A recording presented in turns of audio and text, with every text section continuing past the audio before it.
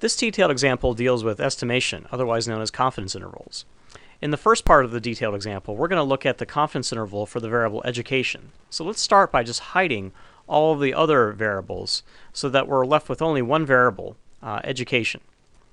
Now recall that the formula for confidence intervals takes the following form. First, if we go to the insert and then equation function, we can insert a new equation, and then we can type out the equation for a confidence interval. And that equation basically is that the confidence interval is equal to, let's say we're creating a confidence interval for some variable y, and we're looking at its mean. We're going to create the confidence interval for y bar, and so the confidence interval is going to be equal to y bar plus or minus the product of some t value corresponding to some level of confidence times our standard error. And the standard error can basically be written as S sub y bar. An alternative way of writing the standard error is to write it as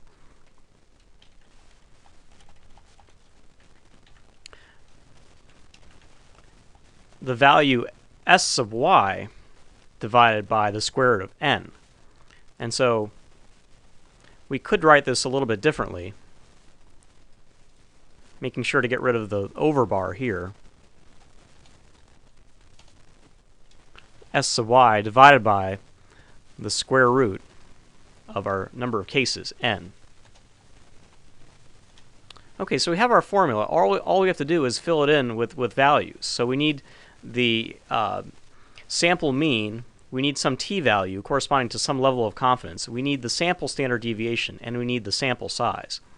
So let's go back to our Excel file, and let's figure out what some of these things equal to. So n in this case is going to be 20 because we have 20 cases. What about the sample mean, or y bar? Remember that we can use the acute symbol or the push symbol, and if we change it into a symbol font,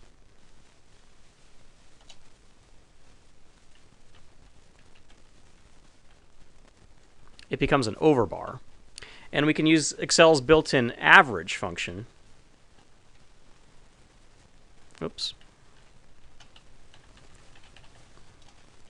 To take the average of our 20 cases. And so we get a sample mean of 14.1. We also need the standard deviation of the sample, or what we've been calling S sub y. And we'll make this a superscript. And again, we can use a built-in Excel function, stdev, to get this sample standard deviation. And that comes out to about 2.69. So the next thing that we need is to calculate the standard error. And so the standard error basically is going to be equal to our sample standard deviation divided by the square root of our number of cases, 20. And that comes out to about 0.60. We also need some kind of a t value corresponding to different alpha levels. And so let's say that we want an alpha level that's equal to 0.05. If we make that A into a symbol font, then we get the Greek letter alpha. And so we need to look this up in the t table. And so going to our t table, remember that all the confidence intervals that we're dealing with are two-tailed. So we're going to look at this heading. If we have a 0.05 alpha level, we look at this column, and we need to find the row corresponding to our degrees of freedom. So if we have 20 cases and we lose 1 degree of freedom for estimating the true population standard deviation with the sample standard deviation, we're going to be using this row, 19. And so that means that our t value is at the intersection of this column and this row. And so here's the value that we're going to use, 2.093. So we'll go back to our Excel file, and our alpha level in this case is going to be 2.093. And so we can plug these values into our formula. So going back to my Word document,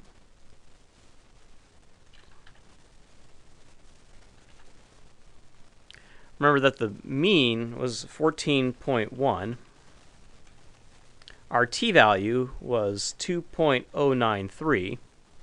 Our standard deviation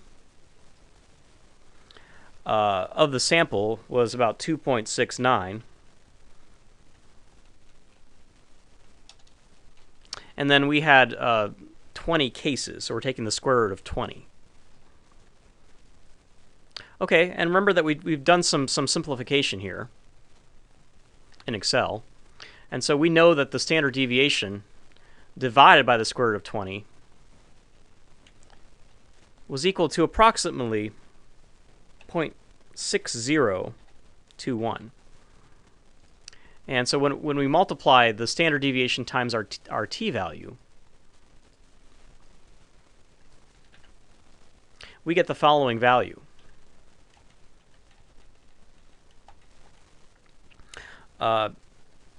It comes out to about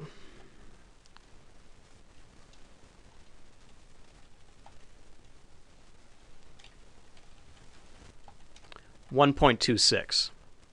So we can just fill that value in, 1.26. And what we're left with is 1.26 plus 14.1 and 1.26 minus 14.1 minus 1.26. And so we just have to add and subtract this value to the sample mean to get the lower and upper bound of our confidence interval.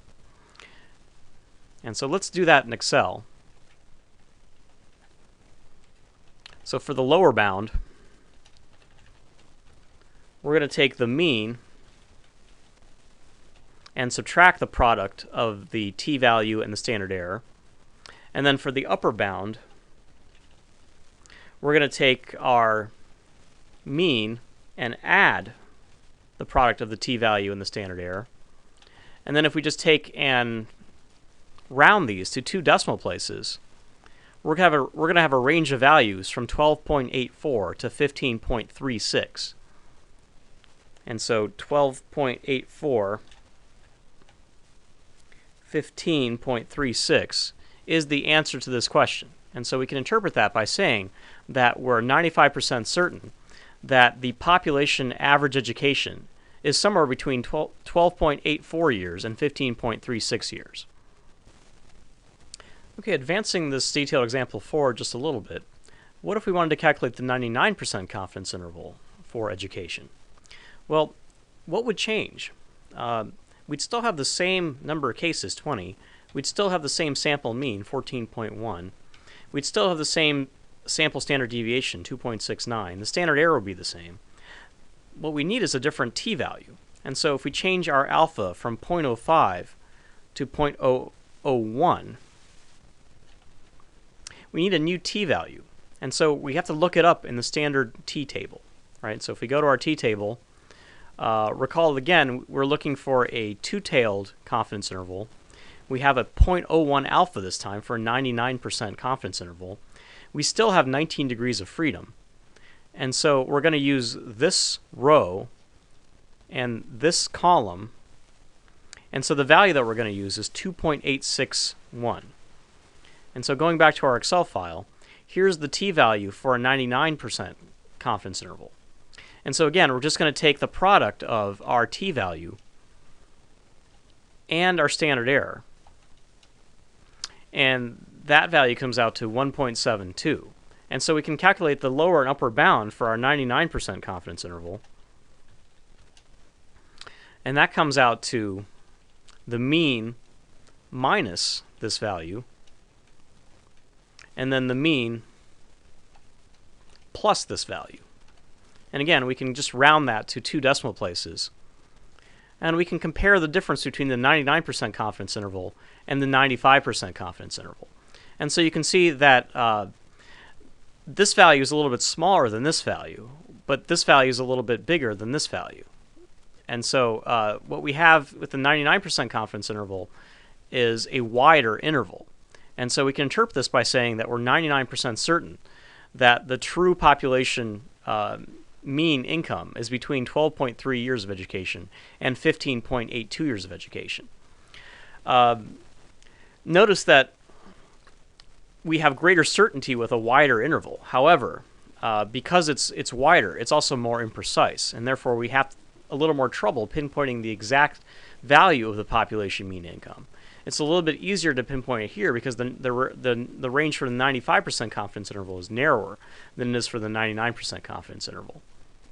So the trade-off basically between level of confidence and precision is such that as we increase the level of confidence, we're lowering the precision, hence making it more difficult to pinpoint the exact value of the true population parameter. Advancing this detailed example forward yet again, let's say this time we wanted to calculate a confidence interval for proportions. So suppose that we wanted to calculate the confidence interval for the true population proportion that's male. Well, we can limit our analysis to only the variable sex, and we basically want the proportion of cases that are coded 1. So what we could do is we could start by basically putting in a pivot table. So if we go to Insert Pivot Table, we'll put it in an existing worksheet, and we'll click OK. We just move sex down to where it says row labels and where it says values, and we're going to change the default from sum to count. Okay. And we notice that we have an even split of men and women, so 10 men and 10 women are in this sample. So we need to calculate the proportion of men and women, basically by taking each of these frequencies and dividing it by the total number of cases. And if we drag this down, it'll do this for both men and women. And so we see we have 50% men, 50% women. And so we already have one of the statistics that we need to calculate the confidence interval. We already know the sample proportion P. In this case, it's 0.5.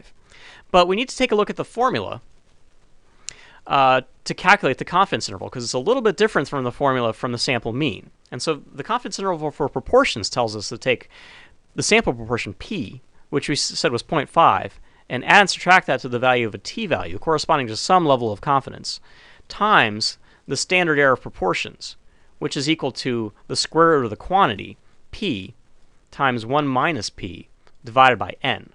And so we can just take our formula and copy and paste it into Excel. We can use that formula to figure out what other quantities we need to calculate. So for one thing, we need the value of our t-statistic. And so let's say that we were calculating a 95% confidence interval. Well, that would mean that alpha is equal to 1 minus 0.95, or 0.05. And so if we go to our t-table, we're looking up a two-tailed value, meaning that we look at these quantities, not these quantities. So we're looking up a value for 0.05 alpha level, two-tailed confidence interval, corresponding to the correct degrees of freedom. Now, so remember, we have 20 cases, but we lose 1 degree of freedom by estimating the true population proportion with the sample proportion. So our t-value is going to be 2.093. So that's the value that we're going to use. And now we have to calculate our standard error of proportions. And we have to do that in several parts. So first of all, we need to figure out P. We also need to figure out 1 minus P. We need to figure out P times 1 minus P. And then we need to figure out P times 1 minus P divided by the number of cases, N. And we also have to figure out that value by taking its square root.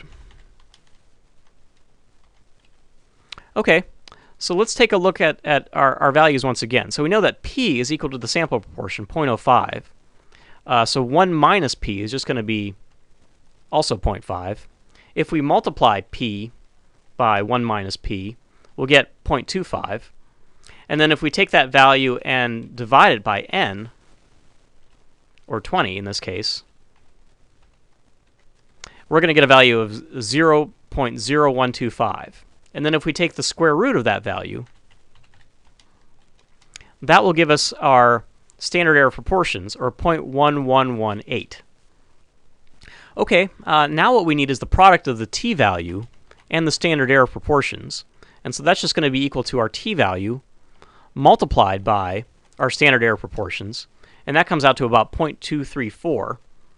And then we can basically calculate our 95% confidence interval by finding the lower and upper bound of the interval. And so for the lower bound, we're going to take our sample proportion and subtract this value.